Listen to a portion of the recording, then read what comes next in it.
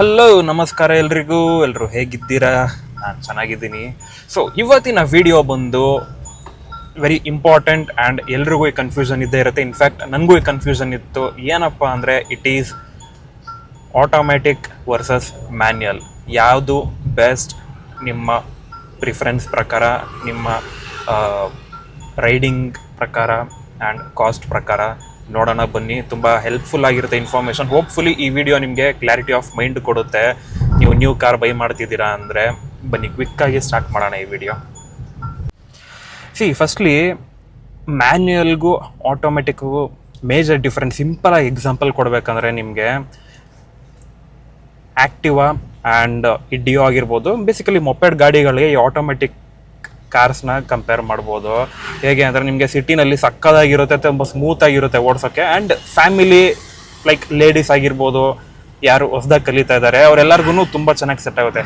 ಅದೇ ನಿಮ್ಗೆ ಹೈವೇಸಲ್ಲಾದರೆ ನಿಮಗೆ ತುಂಬ ಚೆನ್ನಾಗಿ ಸೆಟ್ ಆಗೋದು ನಿಮಗೆ ಮ್ಯಾನ್ಯುಯಲ್.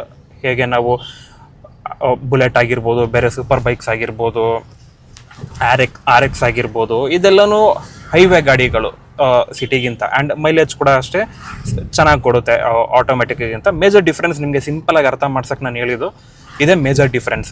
ಆ್ಯಕ್ಟಿವಾಗೂ ಒಂದು ರಾಯಲ್ ಎನ್ಫೀಲ್ಡ್ಗೂ ಏನು ಡಿಫ್ರೆನ್ಸ್ ಇರುತ್ತೆ, ಅದೇ ಥರನೇ ಒಂದು ಮ್ಯಾನ್ಯಲ್ ಕಾರ್ಗೂ ಒಂದು ಆಟೋಮೆಟಿಕ್ ಕಾರ್ಗೂ ಇರೋ ಮೇಜರ್ ಡಿಫ್ರೆನ್ಸ್. ಆ್ಯಂಡ್ ನೆಕ್ಸ್ಟ್ ನಾವು ನೋಡೋದಾದರೆ ಪ್ರೈಸ್ ಡಿಫ್ರೆನ್ಸ್ ಕೂಡ ಇದೆ.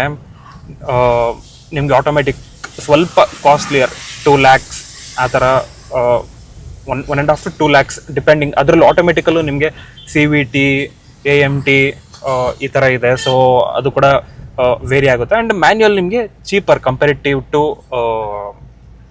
ಆಟೋಮೆಟಿಕ್. And next mileage. ನಿಮಗೆ ಆಬ್ವಿಯಸ್ಲಿ ಆಟೋಮೆಟಿಕಲ್ಲಿ ತುಂಬ ಮೈಲೇಜ್ ಎಳೆಯುತ್ತೆ ಆ್ಯಕ್ಚುಲಾಗಿ. ಯಾಕಂದರೆ ಅದನ್ನು ನೀವು ಮ್ಯಾನ್ಯುಯಲಾಗಿ ಶಿಫ್ಟ್ ಮಾಡಲ್ಲ ನೋಡಿ. ಆಮೇಲೆ ನೀವು ಮ್ಯಾನ್ಯುಯಲಾಗಿ ಎಷ್ಟು ಕ್ವಿಕ್ಕಾಗಿ ಶಿಫ್ಟ್ ಮಾಡ್ತೀರಾ ಅಷ್ಟು ಬೇಗ ಆಟೋಮೆಟಿಕಲಿ ಶಿಫ್ಟ್ ಆಗಲ್ಲ, ಸ್ವಲ್ಪ ಲ್ಯಾಗ್ ಇರುತ್ತೆ. ಆದ್ದರಿಂದ ಮೈಲೇಜು ಸ್ವಲ್ಪ ಜಾಸ್ತಿ ಎಳೆಯುತ್ತೆ. ಅದೇ ನಿಮಗೆ ಮ್ಯಾನ್ಯುಯಲ್ ಆದರೆ comparatively around 3 to 4 or 2 to 5 kilometers ನಿಮಗೆ ಜಾಸ್ತಿ ಇರುತ್ತೆ ನಿಮಗೆ ಮೈಲೇಜ್. ಇದು ಮೇಜರ್ ಡಿಫ್ರೆನ್ಸು. ಆ್ಯಂಡ್ ನಿಮ್ಮ ಕಂಡೀಷನ್ಸ್ ನೋಡ್ಕೊಳ್ಳಿ, ನಿಮ್ಮ ಡ್ರೈವಿಂಗ್ ಕಂಡೀಷನ್ಸ್ ನಿಮ್ಗೆ ಯಾವುದು ಬೆಸ್ಟ್ ಸೂಟ್ ಆಗುತ್ತೆ ಅಂತ. ಫಾರ್ ಎಕ್ಸಾಂಪಲ್ ನೀವು ಜಾಸ್ತಿ ಸಿಟಿ ಡ್ರೈವ್ ಆಗಿದ್ರೆ ನಿಮಗೆ ಕ್ಲಚ್ ಹಿಡಿದು ನಿಮಗೆ ಬೇಜಾರಾಗ್ಬಿಡುತ್ತೆ ಬ್ರೇಕಿಂಗ್ ಮಾಡಿ. ಸೊ ಅದಕ್ಕೆ ನೀವು ಮ್ಯಾನ್ಯುಯಲ್ ಬೆಸ್ಟ್ ಅಲ್ಲ, ನೀವು ತುಂಬ ಸಿಟಿ ಯೂಸ್ ಮಾಡೋಂಗಿದ್ರೆ. ವೆರಾಸ್ ನೀವು ಸಿಕ್ಕಾಪಟ್ಟೆ ಲಾಂಗ್ ಡ್ರೈವ್ಸ್ ಮಾಡ್ತೀರಾ, ಹಿಲ್ ಟೆರೈನ್ಸಲ್ಲಿ ಓಡಿಸ್ತೀರಾ, ಆಫ್ ರೋಡಿಂಗ್ ಮಾಡ್ತೀರಾ ಅಂದರೆ ಬೆಸ್ಟ್ ಅಂದರೆ ಮ್ಯಾನ್ಯುಯಲ್. ಬಿಕಾಸ್ ಅಷ್ಟು ನಿಮಗೆ ಆಟೋಮೆಟಿಕ್ ಇದರಷ್ಟು ಕ್ವಿಕ್ ಇರಲ್ಲ. ನೀವು ಸಿಚುವೇಶನ್ ತಕ್ಕಂತೆ ನೀವು ಗೇರ್ ಚೇಂಜ್ ಮಾಡ್ಬೋದು, ಎಲ್ಲ ಮಾಡ್ಬೋದು. ಬಟ್ ನಿಮಗೆ ಆಟೋಮೆಟಿಕಲಿ ಆಫ್ ರೋಡಿಂಗ್ ಆಗಿರ್ಬೋದು, ಆಮೇಲೆ ಹಿಲ್ ಟೆರೈನ್ಸಲ್ಲೆಲ್ಲ ಅಷ್ಟು ಮ್ಯಾನ್ಯುಯಲ್ ಅಷ್ಟು ಕ್ವಿಕ್ ಇರಲ್ಲ, ಸ್ವಲ್ಪ ಲ್ಯಾಗ್ ಇರುತ್ತೆ. ಲೈಕ್ ನಿಮ್ಮ ಕಂಟ್ರೋಲ್ ಇರಲ್ಲ ಅದು. ಸಿಂಪಲಾಗಿ ಹೇಳಬೇಕು ಅಂದರೆ gear box. So major difference ಇರೋದೇ ಇದರಲ್ಲಿ. ನಿಮ್ಮ ಡ್ರೈವಿಂಗ್ ಕಂಡೀಷನ್ಸ್ ಮೇಲೆ ತೊಗೊಳ್ಳಿ. ಆ್ಯಂಡ್ ನೋಡಿ ನೀವು ನಿಮ್ಮ ಪ್ರಿಫರೆನ್ಸ್ ಯಾವ ಥರ ಇರುತ್ತೆ ಅಂತ. ಲೈಕ್ ಬರೀ ನೀವು ಜೆಂಟ್ಸ್ ನೀವೇ ಓಡಿಸ್ತೀರಾ ಅಥವಾ ಲೇಡೀಸು ಓಡಿಸ್ತಾರ ಅಂತ. ಲೇಡೀಸು ಓಡಿಸಂಗಿದ್ರೆ ಬೆಸ್ಟ್ ಆಟೋಮೆಟಿಕ್ ಹೋಗೋದು. ಆ್ಯಂಡ್ ಪ್ಯೂರ್ ಡ್ರೈವಿಂಗ್ ಪ್ಯಾಷನ್ ಯಾರಿಗಿರುತ್ತೆ ಅವರು ಖಂಡಿತವಾಗ್ಲೂ ಮ್ಯಾನ್ಯುಯಲ್ಗೆ ಹೋಗ್ಬೋದು. ಲೈಕ್ ಎಕ್ಸಾಂಪಲ್ ನಾನು ಮುಂಚೆನೂ KIA Seltos ಕಾರ್ ತೊಗೊಂಡಿದ್ದೆ. ನನಗೆ ಆಪ್ಷನ್ ಇತ್ತು ತೊಗೊಳ್ಳೋದು ಆಟೋಮೆಟಿಕ್ಕು, ಬಟ್ ನನಗೆ ಮ್ಯಾನ್ಯುಯಲ್ಲೇ ತೊಗೋಬೇಕು ಅಂತಲೇ ನಾನು ಪ್ರಿಫರೆನ್ಸ್ ಇದ್ದಿದ್ದು ನನಗೆ. ಸೊ ಈ ಕಾರ್ ಕೂಡ ಅಷ್ಟೇ ನಾನು ಮ್ಯಾನ್ಯುಯಲ್ಲೇ ತೊಗೊಂಡೆ. ಯಾಕೆ ಅಂದರೆ ನನಗೆ ಸಖತ್ ಇಷ್ಟ ಡ್ರೈವಿಂಗು. ಆಮೇಲೆ I am very passionate. Manual automatic ನಂಗೆ ಅಷ್ಟು ಇಷ್ಟ ಆಗಲ್ಲ. ಆಮೇಲೆ ಬಜೆಟ್ ಫ್ರೆಂಡ್ಲಿ ಕೂಡ ಇದೆ ಮ್ಯಾನ್ಯುಯಲ್ಲು, ಮೇಂಟೆನೆನ್ಸ್ ಕಮ್ಮಿ ಇರುತ್ತೆ ನಿಮಗೆ. ಇನ್ ಆಲ್ವೇಸ್ ನನಗನ್ಸೋದು ವೆರಿ ವರ್ತ್ ಅಂತಲೇ ಹೇಳ್ತೀನಿ. ಬಟ್ ಆಟೋಮೆಟಿಕಲಿ ನಿಮಗೆ ಒಂದು ಕಾಸ್ಟ್ ಜಾಸ್ತಿ ಆಗುತ್ತೆ, ಮೇಂಟೆನೆನ್ಸ್ ಕಾಸ್ಟ್ ಜಾಸ್ತಿ ಆಗುತ್ತೆ, ನಿಮಗೆ ಫ್ಯೂಯಲ್ ನಿಮಗೆ ಜಾಸ್ತಿ ಎಳೆಯುತ್ತೆ, ನಿಮಗೆ ಮೈಲೇಜ್ ಕಮ್ಮಿ ಬರುತ್ತೆ. ನಿಮಗೆ ಜಸ್ಟ್ ನಿಮಗೆ ಆಟೋಮೆಟಿಕಲಿ ನಿಮಗೆ ಕಂಫರ್ಟ್ ಇರುತ್ತೆ, ಸ್ಟ್ರೆಸ್ ಇರಲ್ಲ, ಟೆನ್ಷನ್ ಇರಲ್ಲ. ನಿಮಗೆ ಗೇರ್ ಚೇಂಜ್ ಮಾಡಬೇಕು, ಕ್ಲಚ್ ಇಡಬೇಕು, ಎಸ್ಪೆಷಲಿ ಇನ್ ಸಿಟಿ ಟ್ರಾಫಿಕ್ಸ್. ಅದು ಬಿಟ್ಟರೆ ನಿಮಗೆ ಅಂತ ಏನು ಮಜಾ ಕೊಡಲ್ಲ. ನಿಮಗೆ ಮೇಯ್ನಾಗಿ ಕಾರ್ ಓಡಿಸೋದಂದ್ರೆ ಒಂದು ಮಜಾ.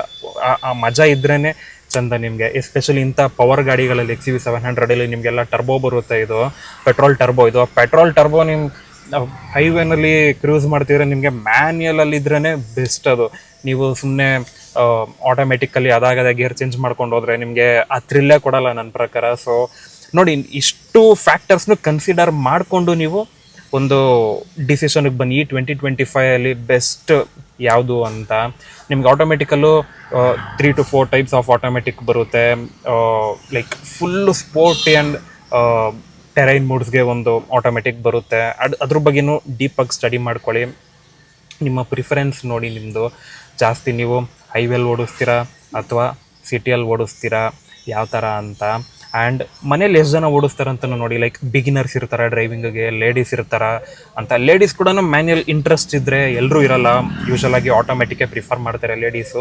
ಸೊ ಆಟೋಮೆಟಿಕ್ಕಿಗೆ ಹೋಗಿ ಲೇಡೀಸ್ ಏನಾದ್ರು ಡ್ರೈವ್ ಮಾಡ್ತಾರೆ ಅಂದರೆ. ಆ್ಯಂಡ್ ಇದು ಮೇಜರ್ ಡಿಫ್ರೆನ್ಸ್ ಮ್ಯಾನ್ಯಲ್ಗೂ ಆಟೋಮೆಟಿಕ್ಗೂ ಇರೋದು. ಆ್ಯಂಡ್ ಮೇಯ್ನ್ಲಿ ಇದನ್ನು ಹೇಳಬೇಕು, ಸರ್ವಿಸ್ ಕಾಸ್ಟ್ ಜಾಸ್ತಿ ಆಗುತ್ತೆ. ಆ್ಯಂಡ್ ನಿಮಗೆ ತುಂಬ ಮೇಂಟೆನೆನ್ಸ್ ಬೇಕಾಗುತ್ತೆ ನಿಮಗೆ ಆಟೋಮೆಟಿಕಲ್ಲಿ. ಆ್ಯಂಡ್ ಕೆಟ್ಟೋಗೋ ಚಾನ್ಸಸ್ಸು ತುಂಬ ಇರುತ್ತೆ ಬೇಗ. ಇಷ್ಟು ಮ್ಯಾನ್ಯಲ್ ಅಷ್ಟು ರಿಲಯಬಿಲಿಟಿ ಇರಲ್ಲ ನಿಮಗೆ, ಲಾಂಗ್ ಟರ್ಮ್ ಡ್ಯೂರೇಷನ್ ಇರಲ್ಲ, ಬೇಗ ಹಾಳಾಗುತ್ತೆ ಅನ್ನೋದು ಬಿಟ್ಟರೆ automatic is also very good and manual is also too good. Just ನಿಮ್ಮ ಪ್ರಿಫರೆನ್ಸ್ ಮೇಲೆ ಡಿಸೈಡ್ ಮಾಡ್ಕೊಳ್ಳಿ ಯಾವುದು ಬೆಸ್ಟ್ ಅಂತ. ಹೋಪ್ಫುಲಿ ಈ ವಿಡಿಯೋ ನಿಮಗೆ ಹೆಲ್ಪ್ಫುಲ್ ಆಗಿತ್ತು ಅಂತ ಅಂದ್ಕೊತೀನಿ. ಈ 2025 ನೋಡಿಕೊಂಡು ಡಿಸಿಷನ್ ತೊಗೊಳ್ಳಿ, ಮ್ಯಾನ್ಯಲ್ ಆರ್ ಆಟೋಮೆಟಿಕ್, ಒಂದು ಕ್ಲಾರಿಟಿ ಆಫ್ ಮೈಂಡ್ ಇರಲಿ. Hopefully you like this video. Thank you so much. Take care. Bye.